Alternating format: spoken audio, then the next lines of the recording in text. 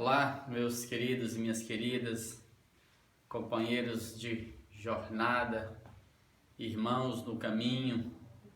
Vamos retomar aqui a leitura da segunda carta.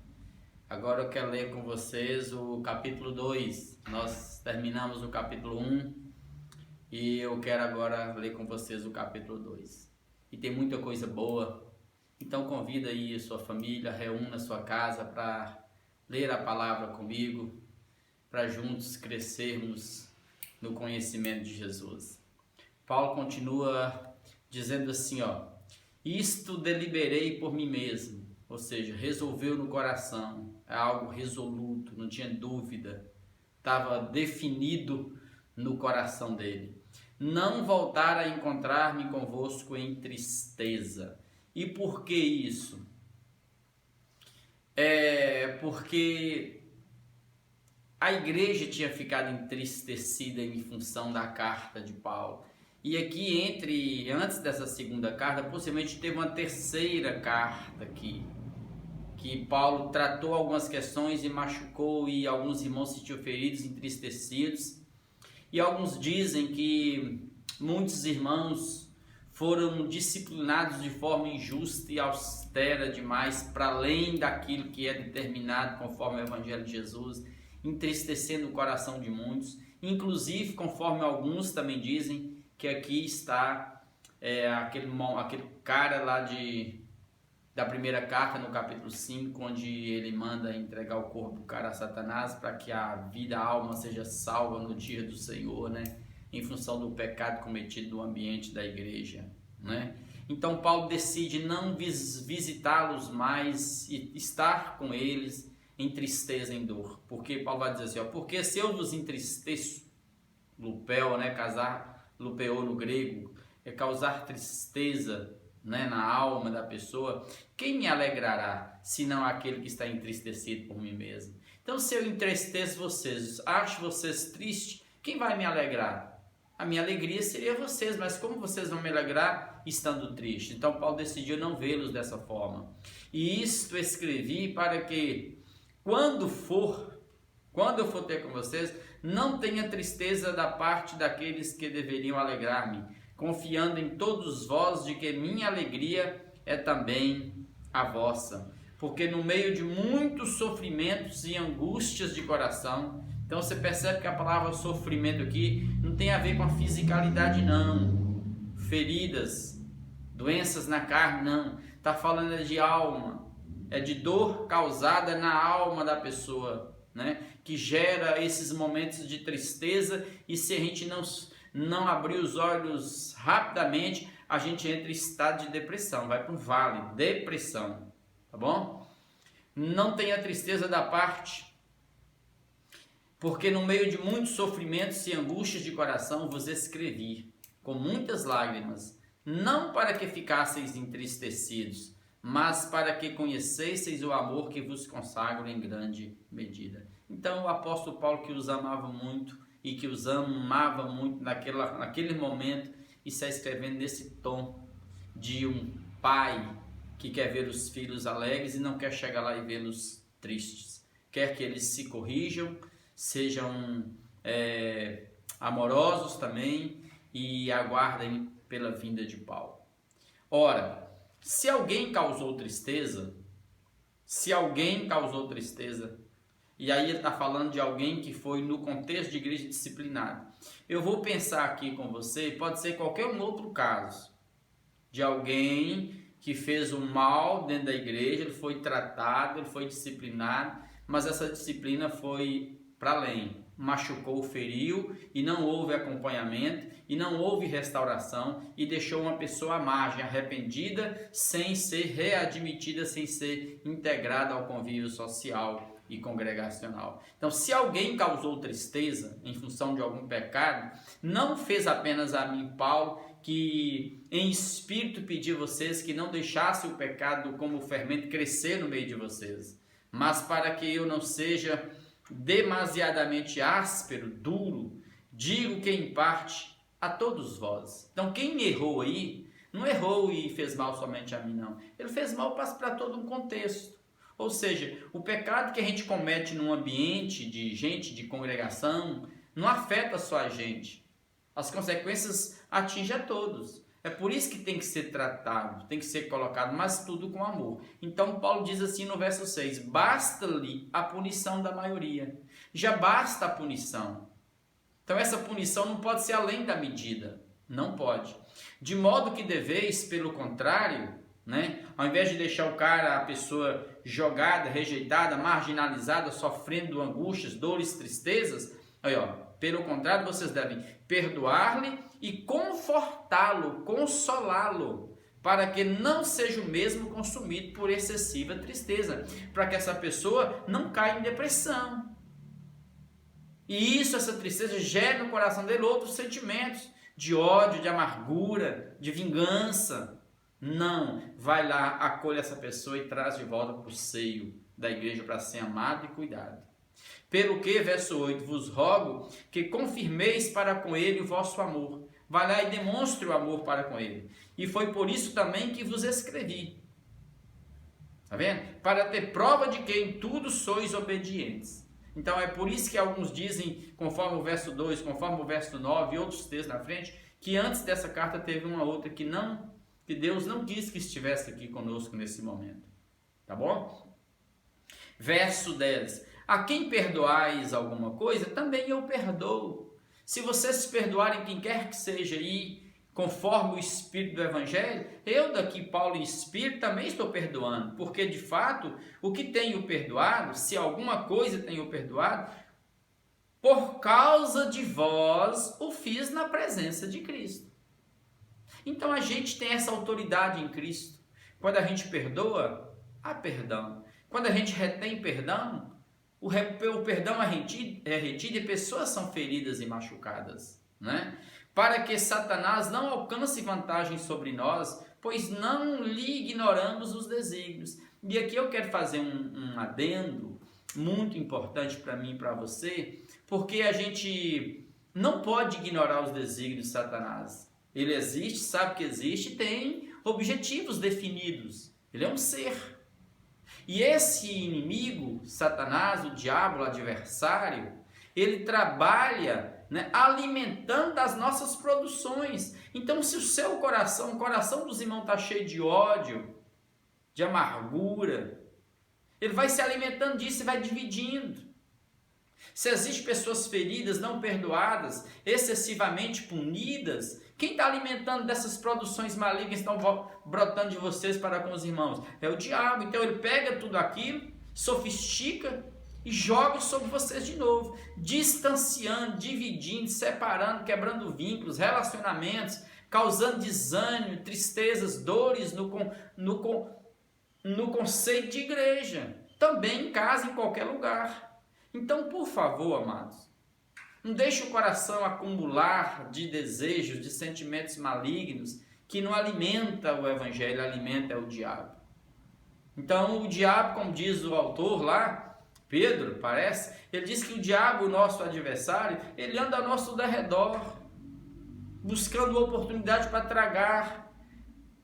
Tudo que ele vê vazando de nós, todo sentimento aqui de inveja, de corrupção, de disputa, de facção, que ele vê crescendo e que vaza de dentro de nós na forma de projeções, vaza pelo seu olhar, pelo seu falar, pelo seu sentir, tudo vaza, amados. Esse inimigo pega tudo e destrói a turma, destrói o ambiente de amor, de unidade. Ele anda como adversário, buscando uma oportunidade para colocar no coração da gente os mesmos sentimentos e desígnios dele, que é matar, roubar e destruir. Então alimente-se do evangelho, perdoe, restaure. Tem alguém machucado, vai lá e traga de volta. Verso 11. Verso 12. Ora, quando cheguei a Troade para pregar o evangelho de Cristo, e uma porta se me abriu no Senhor, não tive, contudo, tranquilidade no meu espírito. Eu não tive paz. O meu espírito ficou inquieto, inseguro, com medo, porque não encontrei o meu irmão Tito, Por isso, despedindo-me deles, parti para a Macedônia. Ou seja, ele já estava em Troade, mas Tito não estava ali. Tito estava também em trânsito, ele não acha Tito. E era Tito que trazia essa informação. Tito também era um filho de Paulo na fé, a quem Paulo escreve uma carta a Tito.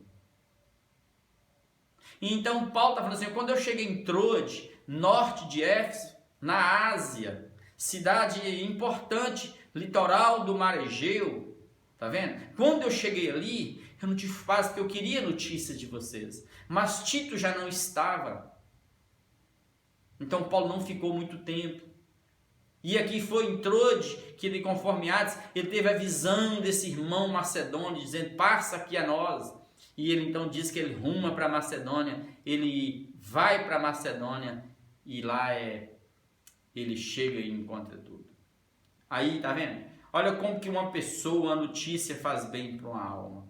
Então você percebe que a tristeza de Paulo não era física, era na alma mais, em função do que aquela igreja estava sofrendo, os problemas que elas estava acumulando sobre ela. E ela não melhorou da primeira carta para a segunda. Antes, a quantidade de líderes, mercadores, né?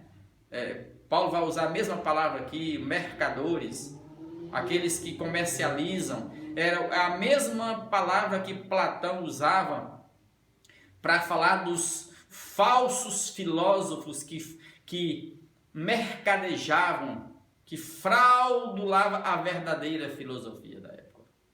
Paulo vai falar a mesma coisa. Então, muitos líderes passaram ali e foram minando a igreja, tirando a essência de Cristo da igreja e distanciando Paulo dos irmãos e colocando problemas entre eles.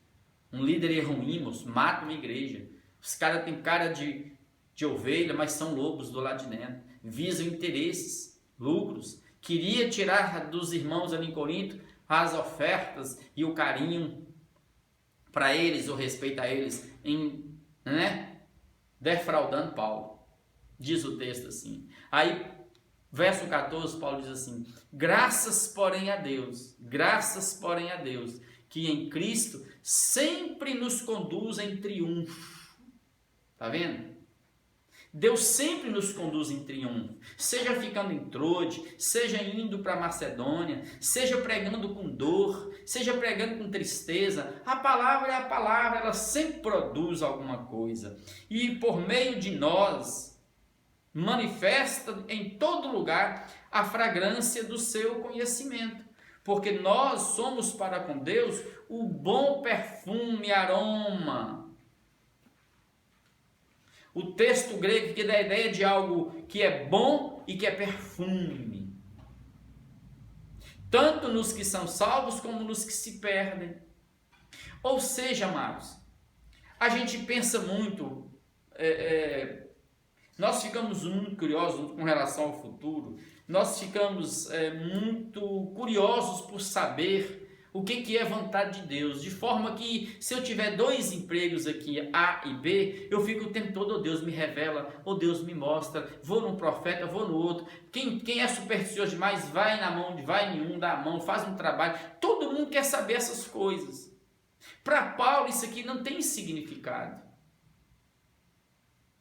Para Paulo, seja ele ficando em Troade, seja ele indo para Macedônia, ele estando em Cristo, exercendo o evangelho, seja com saúde ou sem saúde, seja triste ou alegre, ele exercendo o evangelho, Deus sempre ia conduzi-lo em triunfo.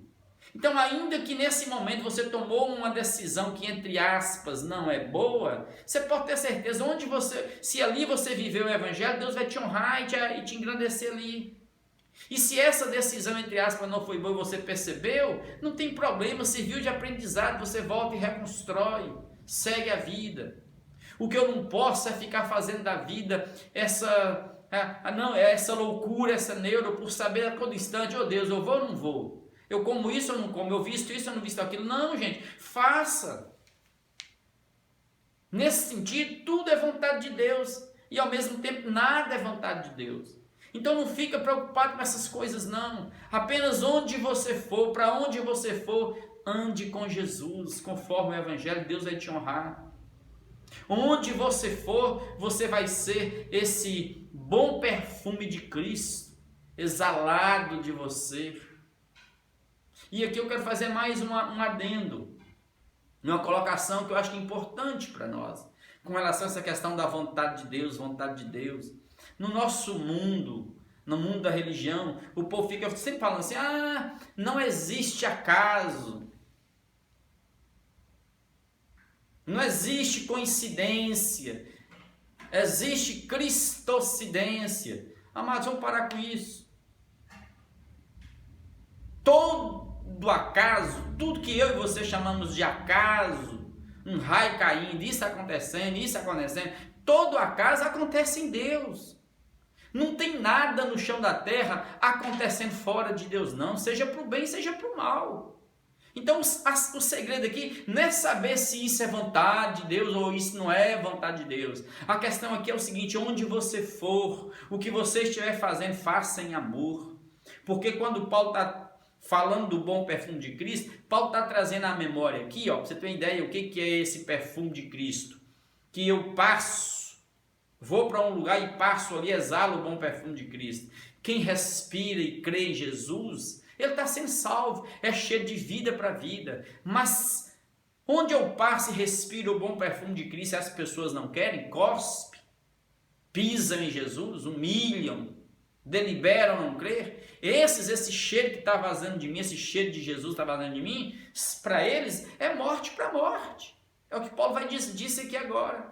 E Paulo está tendo a ideia aqui daquele general, comandante de um exército que foi para a guerra e ele vence. E quando ele vinha entrando em Roma, por exemplo, todo mundo está ali, o imperador está lá e aquela multidão. E quando ele entrava ali assim diante do imperador, vitorioso, todo mundo ovacionava e aplaudia. Aquilo ali para ele era cheio de vida para a vida. Mas para aquele que está lá aprisionado, que ele trouxe machucado, ferido, prisioneiro, aquilo é cheio de morte para morte. É essa ideia que Paulo está dizendo aqui. Ao mesmo tempo, onde eu passo e vivo o evangelho, e esse evangelho é vida para uns, para quem crer, cheio de vida, produz vida, para a vida eterna. Para outros, não é que o evangelho de Jesus ficou fétido, não, ele continua cheiroso, mas para outros que não querem, isso se torna cheio de morte, ou seja, seu existir em morte. Porque se você não vive o projeto de Jesus, o seu existir é para a morte. Cheio de morte, a vida já está em morte, para a morte eterna, para sempre. Então, por favor, tenha Jesus como referência, como o seu chão de vida, a sua rocha, o seu fundamento. E apenas onde Deus te mandar ir, vá. Deus vai te guardar como guardou Paulo, né? Aí Paulo diz assim, né? Agora Paulo pergunta: quem, porém, é suficiente para essas coisas? Quem nos dias de hoje é suficiente para essas coisas? Para compreender isso e discernir isso? Então, se você está compreendendo e se o Espírito de Deus está falando contigo, agasalhe isso no coração e viva, por onde você for, exalando o bom perfume de Cristo. Seja em casa, seja no trabalho, seja nas relações sociais, seja na congregação, sirva a Deus, dê frutos de vida. É isso que a terra está precisando.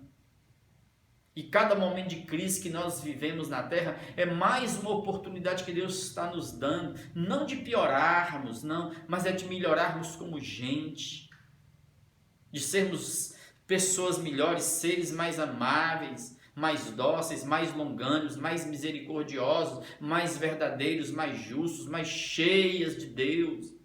A gente não pode fazer como o mundo moderno está fazendo, hedonista, tirando Deus do processo, indo para o mundo do materialismo, do utilitarismo. Não.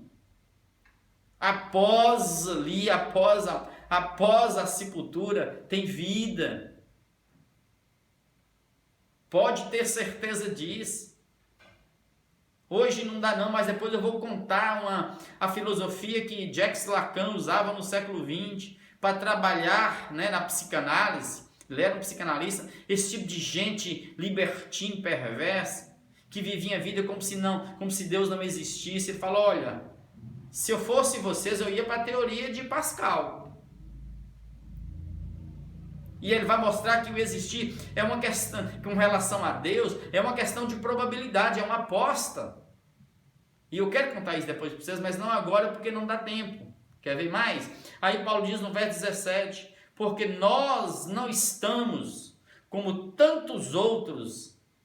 Aí quando ele fala como tantos outros, ele está se referindo justamente a esses muitos profetas fraudulentos, que nós conversamos com charlatões, esses mercadores da fé, que andam de canto em canto fazendo shows da fé para retirar dos irmãos, para subtrair das pessoas, matar o ser das pessoas, porque onde eles passam, eles deixam aquela euforia no momento, aquele êxtase momentâneo, como se fosse de uma overdose, que você ficou todo alucinado, mas depois, amados, que isso vai embora, a vida do mesmo jeito não acrescentou nada, não teve uma palavra de exortação, de conhecimento, de consolo, porque não fez o papel de um verdadeiro profeta. Então Paulo falou assim, nós não estamos fazendo como tantos outros que estão infiltrados no meio de vocês, mercadejando a palavra, vendendo o evangelho, negociando a fé, roubando em nome de Deus, brincando com essas coisas. Não, Paulo está dizendo, porque nós não estamos como tantos outros, mercadejando a palavra de Deus. Antes, Paulo está dizendo, em Cristo, com a consciência em Cristo.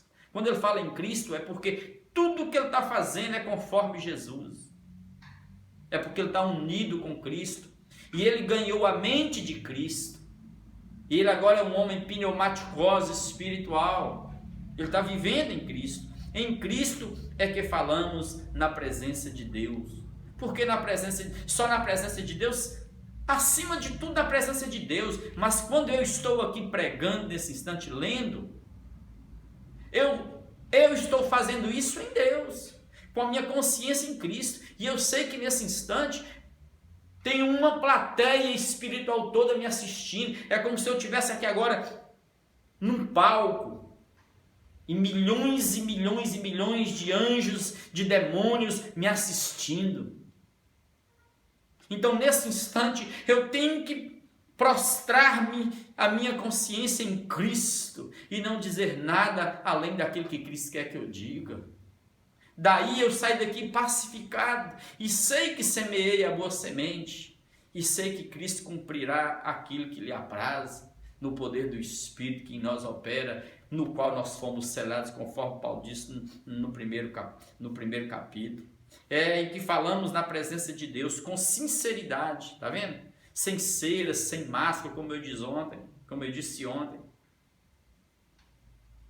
Purificado, cessado na peneira, tirou a casca de mim, tirou, o lixo de mim, ficou a essência, ficou o grão puro. E da parte do próprio Deus é que eu estou falando. Nada, eu estou falando da parte de Deus. Então, se eu estou falando da parte de Deus, se eu estou lendo isso aqui, eu posso dizer, assim diz o Senhor. Assim diz o Senhor. Por favor, amados. Eu só sei que eu estou vivendo quando eu vivo em Cristo. Aí a minha vida é vida para vida. Fora de Cristo, as pessoas existem morrendo.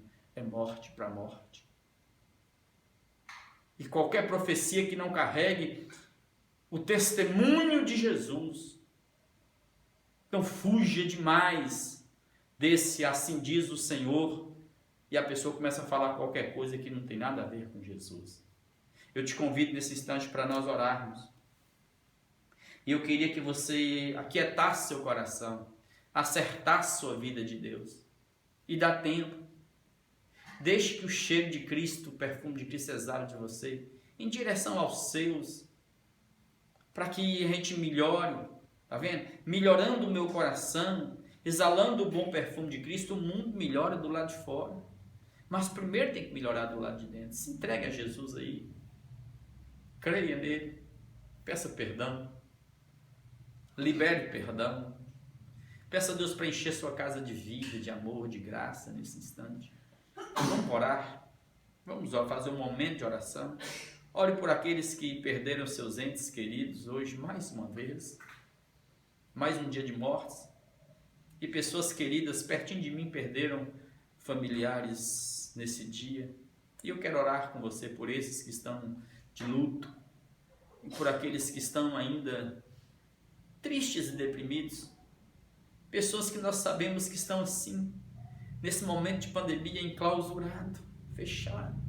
Mais uma vez eu te clamo para orar por eles em amor e de alguma forma tentar ajudá-los. Ore pelos que estão doentes, ore. Ore pela terra, ore pelo Brasil, pelas nossas autoridades. Deus, obrigado, Senhor, porque o Senhor está aqui conosco. Não há rocha além de Ti. Obrigado porque tudo acontece em Ti. Sim, Pai, não tem uma molécula existente em nós ou fora de nós, em qualquer universo. Não existe um átomo, Pai, que não exista em Ti. Não tem um animal do menor ao maior que não exista em Ti. Não tem um astro, planeta, galáxia, e a nossa é apenas uma poeirazinha no universo que não existe em Ti, que não aconteça em Ti. Obrigado, Pai, porque todos os acasos são acasos que acontecem em Ti. E nós queremos, Pai, te pedir que o Senhor nos prepare, que o Senhor nos dê coragem, Pai, para nós enfrentarmos os absurdos, para nós aprendermos a sepultar os nossos, mesmo chorando, mas carregando a alegria da esperança da ressurreição. Consola aqueles que perderam seus entes hoje, visita os porões do ser deles, da alma, oh Deus, e não deixe-os ficarem prostrados, consumidos em excessiva tristeza, deprimidos não. Levanta jovens e adolescentes que estão abatidos, levanta homens e mulheres que estão se prostrando nesse instante, levanta a alma deles, o ser deles, cura os que estão doentes, doenças que estão acumulando, Pai. Sopra o vento da cura nesse instante. Cerca nossas casas com anjos do Senhor e destrua todo o vento de enfermidade contra as nossas famílias. Oh Deus, livra-nos nesses dias e repreenda, Pai, todo oportunismo maligno agora na terra, nessa casa, nessa mente, buscando oportunidade de destruir, de aumentar o caos, o medo, o pânico, destrua as forças espirituais do mal que tentam oprimir vidas nesse instante. E levanta-nos assim como Paulo, ainda triste, mas na certeza de que por onde ele ia, o Senhor o abençoava e o conduzia em triunfo. É assim que nós oramos agora, na certeza do triunfo, da vitória que o Senhor nos deu na cruz do Calvário, pelo Teu Espírito que em nós habita e nos selou. É assim que nós, Pai, tomamos posse da promessa do Senhor, do sim do Senhor para nós, em nome de Jesus, aleluia. E é assim que nós profetizamos vida dentro de cada casa nesse instante, dentro de cada morada nesse instante. Sim, Jesus, nós profetizamos, Pai, paz, luz, cura, alegria dentro de cada um. Em nome de Jesus, fortalece-nos na caminhada.